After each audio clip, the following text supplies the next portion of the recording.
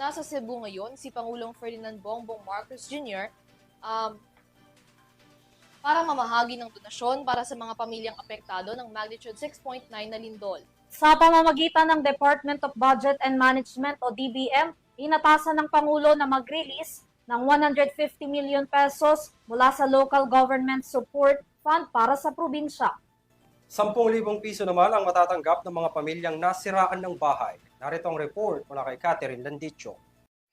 Nagbigay si Pangulong Ferdinand Bongbong Marcos Jr. ng 50 milyong piso na donasyon para sa lalawigan ng Cebu. Ito'y kaugnay sa pagsasaayos ng mga infrastruktura sa lugar.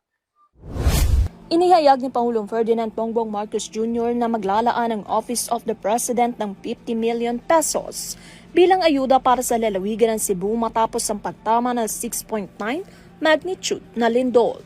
Ayon kay Pangulong Marcos, tatanggap din ng 20 million pesos ang lungsod ng Bogo at mga bayan ng San Remigio at Sogod bilang bahagi ng agarang tulong. Bukod pa rito makakatanggap ng 10 milyong piso bawat isa mga bayan ng Bantayan, Daan Bantayan, Madridejos, Medellin, Santa Fe, Tabogon at Tabuela. Maglalaan din ng 20 million pesos para sa mga ospital na pinapatakbo ng Department of Health at karagdagang 5 milyong piso para naman sa bawat provincial hospital sa lalawigan. Inutusan din ng Pangulo ang Department of Budget and Management o DBM na agad na i-release ang 150 million pesos mula sa Local Government Support Fund para sa probinsya ng Cebu at karagdagang 75 million pesos para sa mga lokal na pamahalaan ng San Remigio, Bogo at Medellin. Layunin ng mga pondong ito na mapabilis ang rehabilitasyon ng mga apektadong lugar at matulungan ang mga mamamayang labis na naapektuhan ng lindol. Inuutos din ng Pangulo na magtayo ng isang tent city para sa mga nawala ng tirahan dahil sa magnitude 6.9 Cebu earthquake.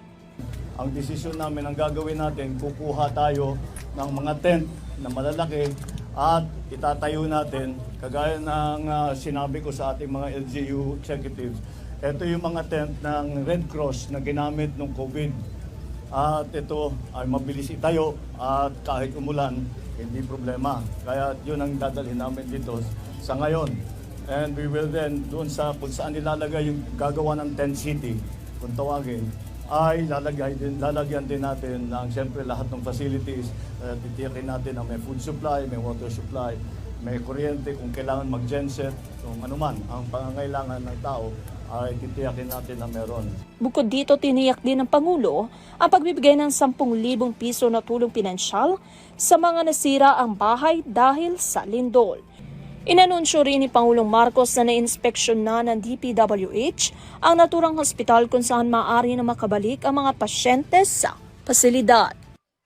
Para sa EuroTV News, Catherine Landicho, sumasaludo sa bawat Pilipino.